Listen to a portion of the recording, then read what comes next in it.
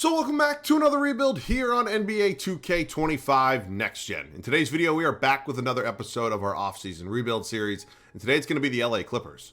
I will be the first to admit, and I already have, but I was very wrong about the Clippers heading into the 24-25 NBA season. I thought this team was old, injury-ridden, and there really wasn't much to look forward to.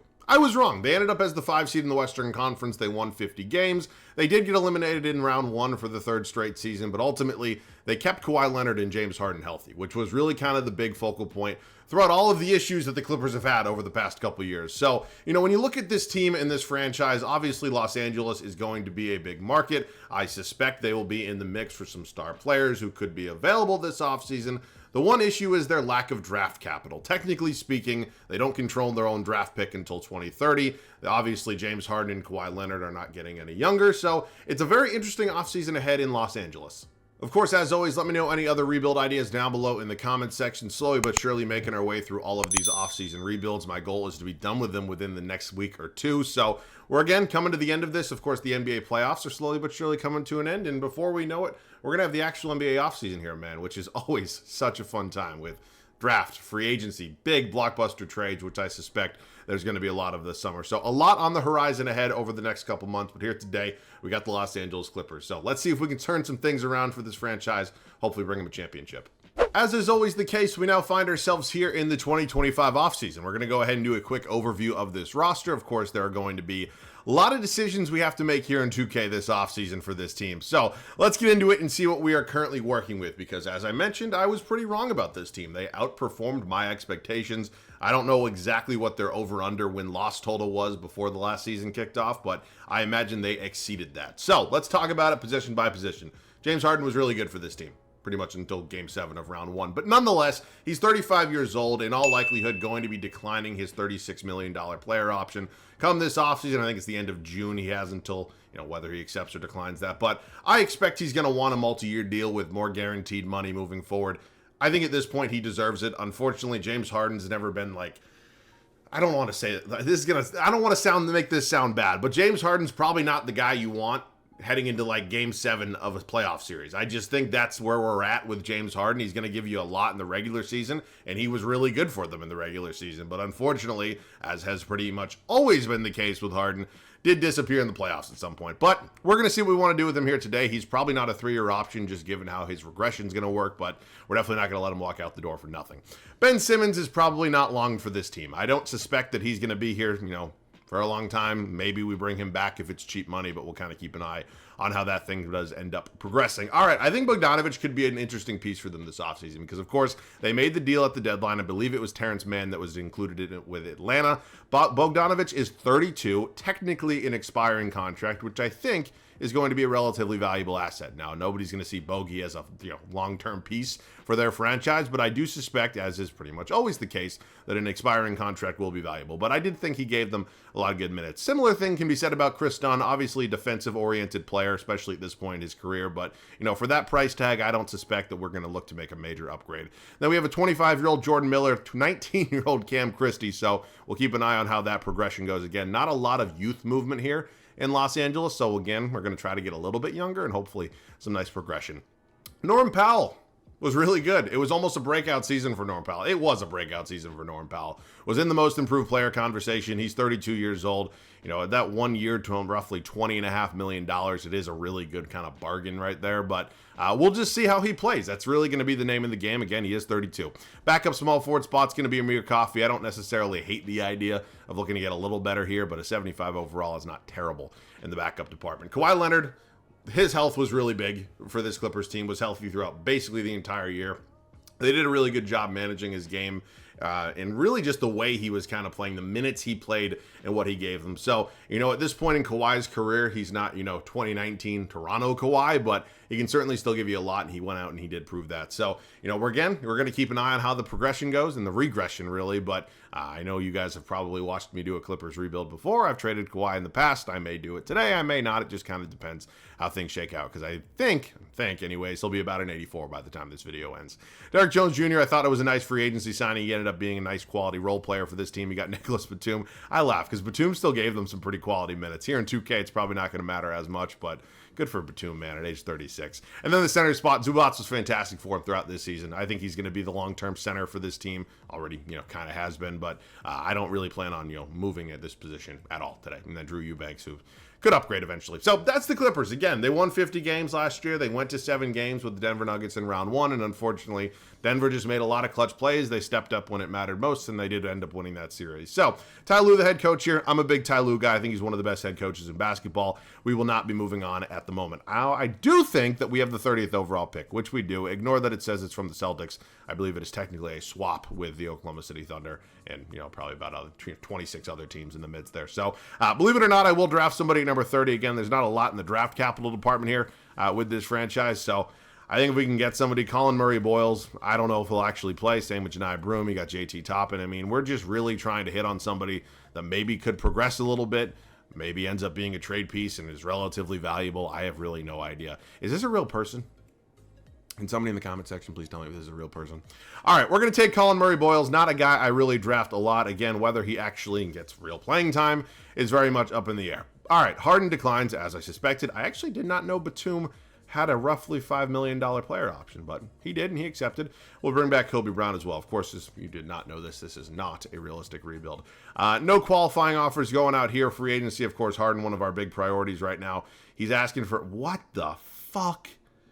Oh my God. All right, I understand he's going to want more than the $33 million he got last year, but $53? It feels a little excessive. Now, I'm going to give it to him because this is 2K, and the cap is obviously relatively fake here. But my God, $53 million annually for a 35-year-old James Harden. He wants 3 years. I'm going to give it to him because, again, I can't let him walk out the door for nothing. But I don't know if James Harden's going to be here much past next season. Simmons is asking for about $8 million. That's not a horrible price tag. I could actually kind of live with that. Again, we're not working with a lot in the cap space department. So, you know what? We're going to bring back Harden. We're going to bring back Simmons. I will let Amir Coffey go. We're probably going to upgrade that backup small forward spot. And again, whether Simmons is playing the backup 1, maybe the backup 4, 3, whatever it is still up in the air. But at this point in time, what I don't want to do is just be content, because obviously this team is not super loaded in the assets department. I do think there is a little bit of flexibility we could have in terms of trades, especially here in 2K. So, right now my goal is to maximize my return, extend my window without giving up significant, draft capital, player capital, whatever that is. I'm not entirely sure why the Miami Heat are willing to do this, but I'm going to say thank you, and I'm going to accept the trade. Now, ultimately, I didn't think a Norman Powell trade was necessary, but if I'm being honest with you, it's better to be 1 year too early than 1 year too late. And of course, Norman Powell has an expiring contract. We would probably be 1 year too late if we were able to hang on to him and extend him. Now, he's 32. It doesn't mean it's going to be some crazy regression, but we got offered Bam Adebayo and Khalil Ware from the Miami Heat. We're giving up Eubanks, Batum, and Chris Dunn in this deal as well. We're not giving up a single draft pick, and I think we're making some nice major upgrades here with this team. So Bam Adebayo, Khalil Ware, welcome to Los Angeles. At this point, it's just going to slide Kawhi Leonard to the small forward spot. Maybe his more natural fit anyways. We'll play Bam at the 4, and of course, still got Zubats there at the 5. So technically speaking, we could just head in, 2-year number 1 right now. I do think there's 1 or 2 other moves I want to make. Of course, really nice adding Ware and making an upgrade at the backup center spot as well. So that's one major trade down. Again, thank you very much, Miami. We're swinging a deal here with the Detroit Pistons. Bogdan Bogdanovic, Jordan Miller, Cam Christie, and a 2026 second heading to Detroit. And we're picking up Jaden Ivey and Bobby Klintman here in return. Now, Jaden Ivey is 9 years younger than Bogdanovic. He is 2 overalls higher and is certainly somebody I think is a much better fit for us for a 3-year rebuild. So, again, this is nothing wrong with Bogey. I don't really, think this is anything to do with his talent. This is kind of just a long-term progression versus regression type of move right there. So getting a little bit younger, that's of course been my main goal throughout this offseason, and I think we've done a pretty good job of doing that here so far. So, whether or not I keep Simmons at the 1 is TBD. We could maybe move him to the 3. Of course, we do have some options here at the backup 4. Actually, what I'm probably going to do is slide Derrick Jones Jr.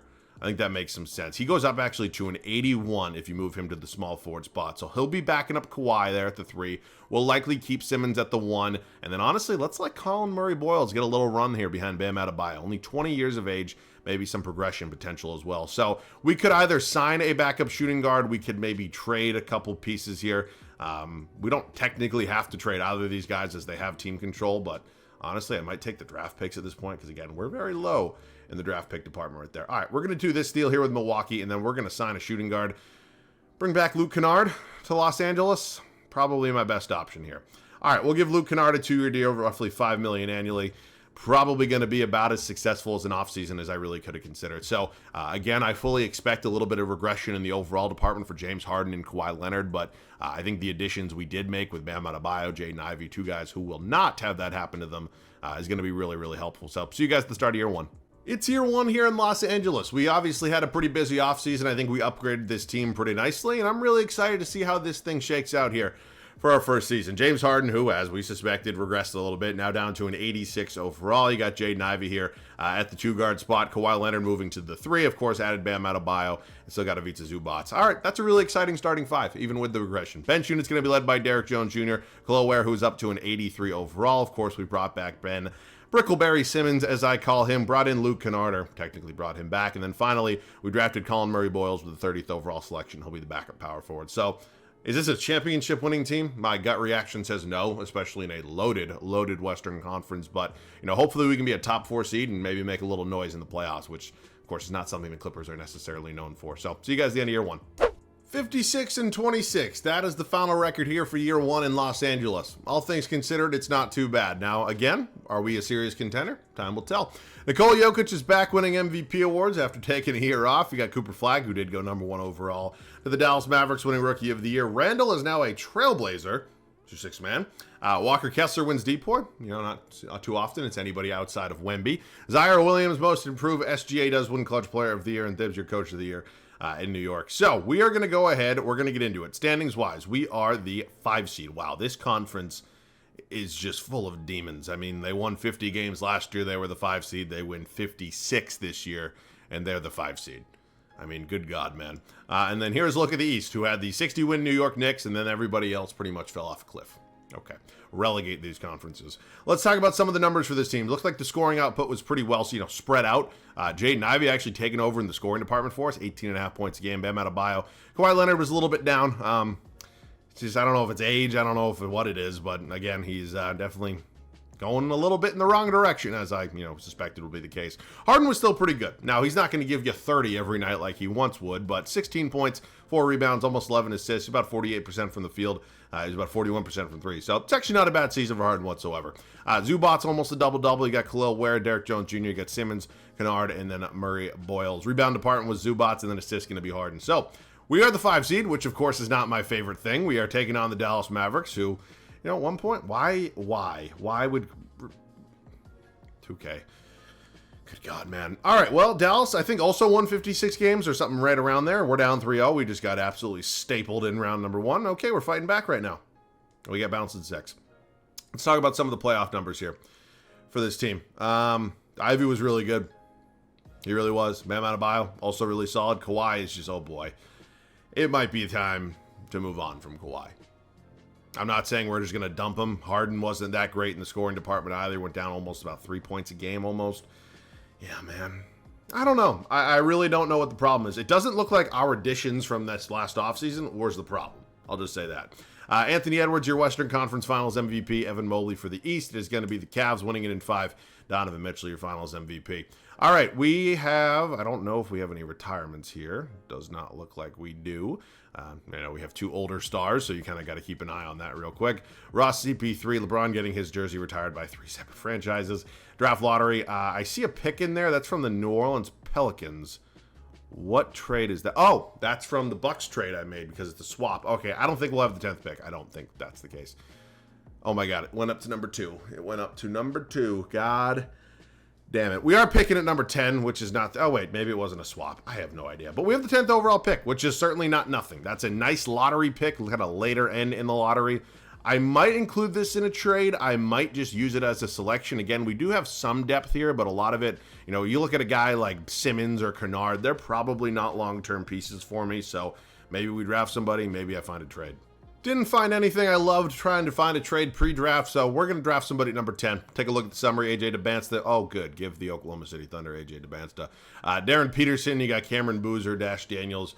Okay, some notable names in there. Tori Yabusele. Is he related to Gershon? Jaden Quintance, Darius Cuff Jr., Isaiah Harwell. I don't really know who the best pick is here. I'm not going to lie to you. I haven't really looked at this draft class very much, but positionally, Darius Cuff Jr. does fit a big one because I think Ben Simmons' time here has probably come to an end. and I think that makes the most sense for us. So Darius Cuff Jr., 6'1" out of Arkansas, certainly a little undersized. He's going to come in at a 75 overall. Not bad. Ware definitely going to be brought back here. Jaden Ivey, a restricted free agent, certainly a player we are interested in extending. He was really good for us. He's asking for about $30 million annually. It's honestly not a bad price tag. All right, welcome back, Jaden Ivey. It is certainly time to make some tough decisions right now. Some decisions that might not be very popular, but some decisions that I think are going to be in the best interest of this team. We're pulling off a blockbuster with the Phoenix Suns, and it is one that is definitely going to be going down as a big game-changing moment in this video. Kawhi Leonard, James Harden, Ben Simmons all going to Phoenix.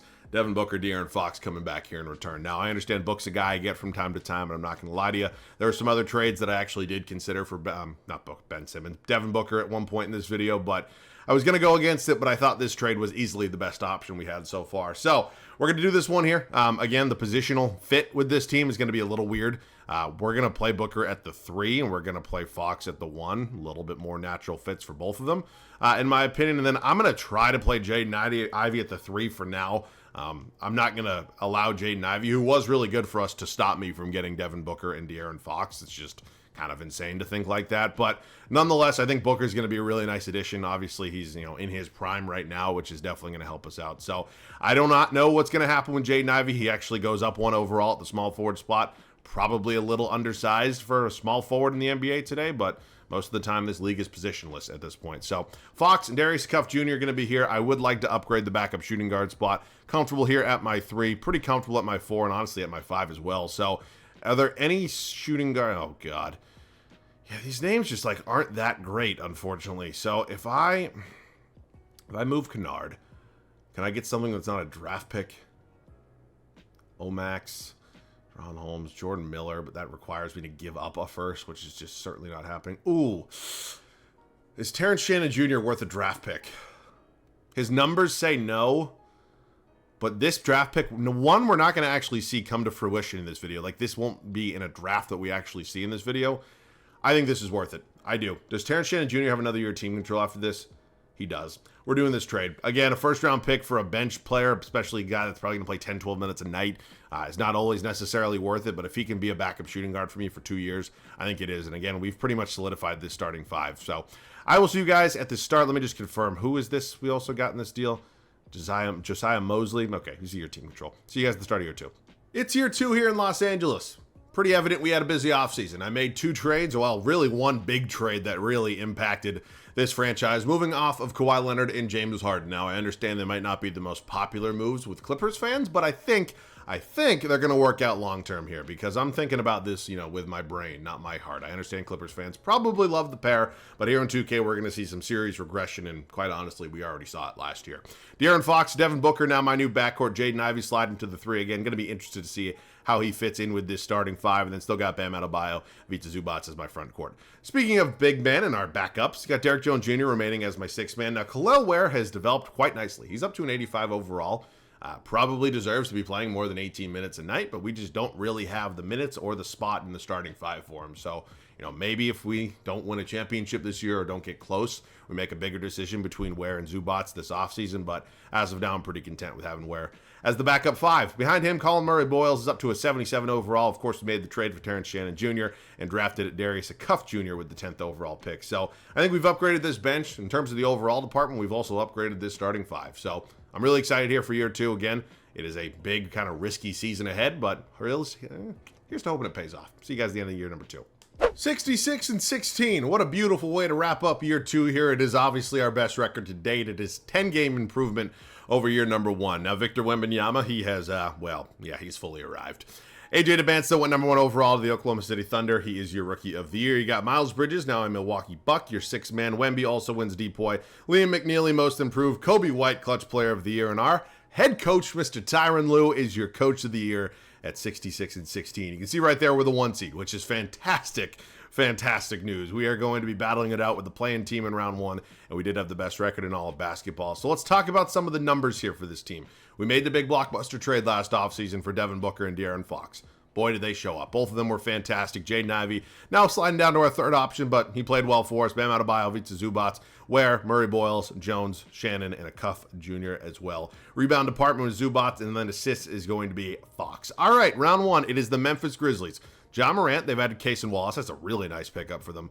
Corey Kispert, Jabari Smith Jr. Okay, they have made a lot of changes there in Memphis. I think we're the best team in this series, or the much better team in this series, but I think we have the best player in this series as well. Up 3-1 right now, we close them out in 5. Now moving on to the Dallas Mavericks. This is the team that beat us in round 1 last year. They have finally put Cooper Flagg into the starting 5. Anthony Davis, Kyrie Irving still in the starting 5 as well. Derek Lively, Max Christie. Oh boy, I'm a little nervous about Dallas because 2K loves the Dallas Mavericks. I'm sure you're all very much aware of that. We go up 3-2. That's a big Game 5 victory. We are going to Game 7. Oh, fuck. We win. Thank you, Jesus. All right.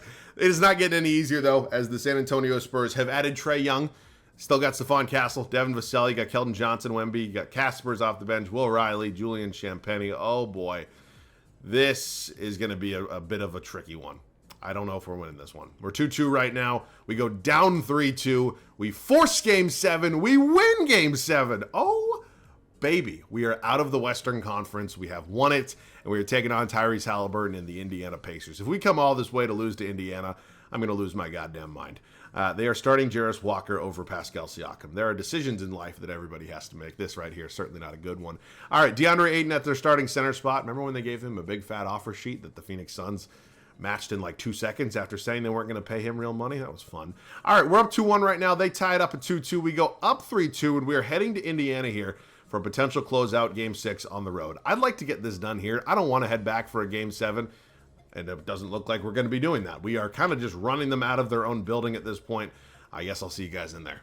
With just over 3 minutes to go, we are here in Indiana. We are feeling pretty comfortable at this point that we're going to be getting this one done here. I mean, I have blown big leads before. I think it would be pretty much impossible for me to blow this one here. But I guess at this point, we can kind of just chat about the state of the Los Angeles Clippers. Of course, they had a pretty successful season, all things considered. I think a lot of people, especially me, were kind of down on them heading into this NBA season. I did not think they were going to be really good, and that was mostly because I didn't trust the health of their 2 best players in Kawhi Leonard and James Harden. But they proved me wrong. I'm not saying they completely, invalidated my claim. It's not like they actually won anything, but it's going to be very interesting because I do think the Clippers are, wanting to make a move, whether that's for another superstar, maybe a nice rotation piece. That's, still up in the air, but it just really depends about the assets they have. I think the pipe dream is probably Giannis, but given where they are in the asset department and the lack of young, real kind of promising talent on their team, I don't necessarily think that's any sort of realistic option. I just don't think it's possible anyways. Of course, we've seen a lot of crazy shit in this league, but, I think when you look at the Clippers, it's obviously tough because that Kawhi Leonard, well, not Kawhi Leonard signing, but the Paul George trade is really what haunts them. Now, in theory, if that trade, which it did on paper, it got them both Kawhi and Paul George, it's tough to go back and say, no, you don't do that. But knowing what we know now, when you look at the Oklahoma City Thunder, who are on the verge of maybe being a potential dynasty, of course, got Shai Gilgeous-Alexander, who's now the league MVP in that deal. It's not a trade they probably would make again. But of course, I'll have the benefit of hindsight right now. But yes, it is likely going to go down as one of the worst trades in the history of basketball. And while it didn't necessarily handicap this franchise, because, they're still in the playoffs, it's not like they're bottom feeders, it hasn't helped them in the aspect of getting closer to that championship. So, I think that's where it really kind of stings for the Clippers. If they had their draft picks, I think they would all be feeling a whole lot better. But technically, they're going to have draft picks over the next couple seasons. They just don't control their own until 2030. So I'll be interested. Steve Ballmer is, I guess a patient man in some ways. He's a really good owner in my opinion, but he probably wants results. And unfortunately, I don't think first round exits are the results that he's looking for. So going to be interesting. We're going to be winning a championship here in 2K right now. And I'll just see you guys with the finals MVP. What a way to cap off year 2. It is going to be a De'Aaron Fox finals MVP. I mean, is there really nobody else who's a little more deserving? Because those numbers, those shooting splits, not necessarily great. All right, well, we got it done. I don't really care who wins at all. We are going to see some notable retirements here. I guess I'm happy I traded Harden when he did. He's now down to an 82. Kevin Durant actually spent a year back in Golden State. Paul George, who, talk about bad contracts, good God. I will say that's the one bullet that the Los Angeles Clippers dodged last offseason because PG, did not have a good first season with the Sixers. It's looking like one of the worst contracts in basketball at this point. But nonetheless, we are going to enter the final offseason and figure out if we want to make any changes. So we're not going to have any lottery picks, doesn't look like. It's going to be the Hornets, Kings, Nuggets, Magic, and Sixers as your top 5. Ty Lue, definitely need to make sure we bring him back because he's been very, very important to this team. Looks like he has 6 teams offering him. I'm just going to give him, the most I can, keeping him here and bringing him back for the final season. All right, do we have anything in the draft pick department? We do. We have our own pick. It's at number 30. I don't know. We'll just see who's here for us. I'm not going to know who any of these people are. According to our, scouting department, we have 2 options here. Hunter Green, sure. Welcome to Los Angeles. 6'8", 200 pounds. All right, he's going to be a 71 overall. Certainly not going to crack the rotation with those overalls. So everybody else here is going to be brought back. Again, there's not really a main reason to make a big blockbuster trade.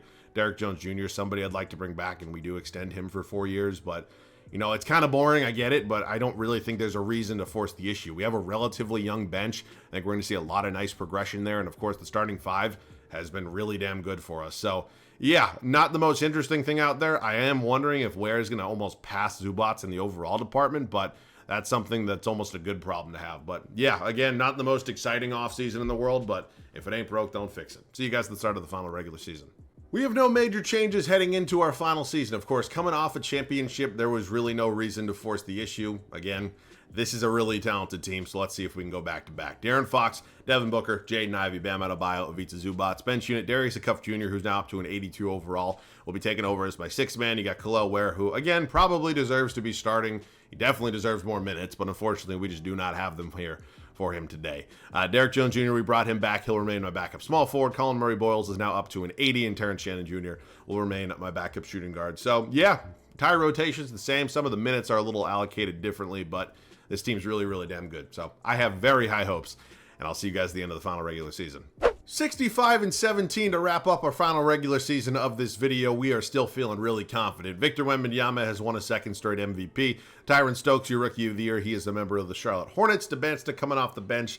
God, how good do you have to be to have AJ Dembélé, who is an 89 overall, coming off the bench for you? Wemby also wins DPOY. Derek Queen, Most Improved. Halliburton, Clutch Player of the Year, and 65 wins gives Ty Lue a 2nd straight Coach of the Year. So we are once again the 1 seed here in the Western Conference. How does this Oklahoma City team win 49 games? How is this possible? Good God, man. I mean, there is no rebuild easier than the Oklahoma City Thunder. All right, let's take a look at some of the numbers. It doesn't really matter to me. You guys are very well aware of my philosophies at this point. If we're winning, it doesn't matter to me who does what. We have the Golden State Warriors here in round 1. It is still Steph Curry at age 40 doing his thing. I am curious, what are his numbers looking like at this point? He's probably still really damn good. A little fall off, but, he's still Steph Curry. So I suspect we're going to sweep this first round. We do. Moving on to the New Orleans Pelicans here. Darren Peterson, VJ Edgecombe. You got Trey Murphy, Zion, Jakob Poeltl, Yves Missi. All right, pretty solid squad there in New Orleans. Split the first 2 at home, win Game 3 and Game 4 on the road. We end up closing them out in 5, and we are taking on the San Antonio Spurs. Oh boy, this is a loaded team. This is probably the best team we've faced to date. Good start. They do win Game 3 at home. We win Game 4. We close them out. We're back in the NBA Finals, taking on the same exact Indiana team that we faced a year ago. Well, Pascal Siakam is back in the starting 5. He is playing at the center position, though. Cason Wallace is now coming off the bench. All right, I think we're better. I'm not going to lie to you. We're up 2-1 right now. Make that 3-1. Thanks for coming out. We go back-to-back, and Jaden Ivey balled out for us, and he is your Finals MVP. So we get 2 championships here today. Wow. Interesting rebuild. I headed into this one, and I kind of knew in the back of my head, I was like, we're probably going to have to trade one of, if not both, James Harden and Kawhi Leonard. It's just the way 2K works. It's how the regression works, and obviously we saw Harden retire at the end of last year. So, yeah, I mean, I'm happy what we did. Hopefully I didn't piss off too many Clippers fans, but I don't think you'd care who you traded if you ended up with 2 championships 3 years from now. So that's going to wrap this one up. Again, we have only probably a handful of these, if not a few more, left to go. So we're, of course, going to be continuing with these. The pre-draft prospect rebuilds, probably got 1 or 2 more of those as well. Haven't done a LeBron era rebuild in a minute. I want to definitely get back into those. I definitely want to finish that series out this year. So whatever you guys are looking to see, let me hear it all down below in the comment section. But that's going to do it for me. As always, thanks so much for watching. I love you guys. I'll catch you guys all in the next one.